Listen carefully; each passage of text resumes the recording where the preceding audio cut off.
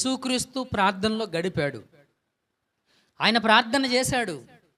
ఆయన దేవుడై ఉండి, దేవుని కుమారుడై ఉండి ఆయన ప్రార్థనలో గడిపాడు. ప్రతి చిన్న విషయానికి పరిశుద్ధ లేఖనం హెబ్రీ పత్రికలో చెబుతుంది, ఆయన కుమారుడై ఉండి కూడాను తాను పొందిన శ్రమ వలన ఆయన ఏం నేర్చుకున్నాడంట? విధేయత నేర్చుకున్నాడు.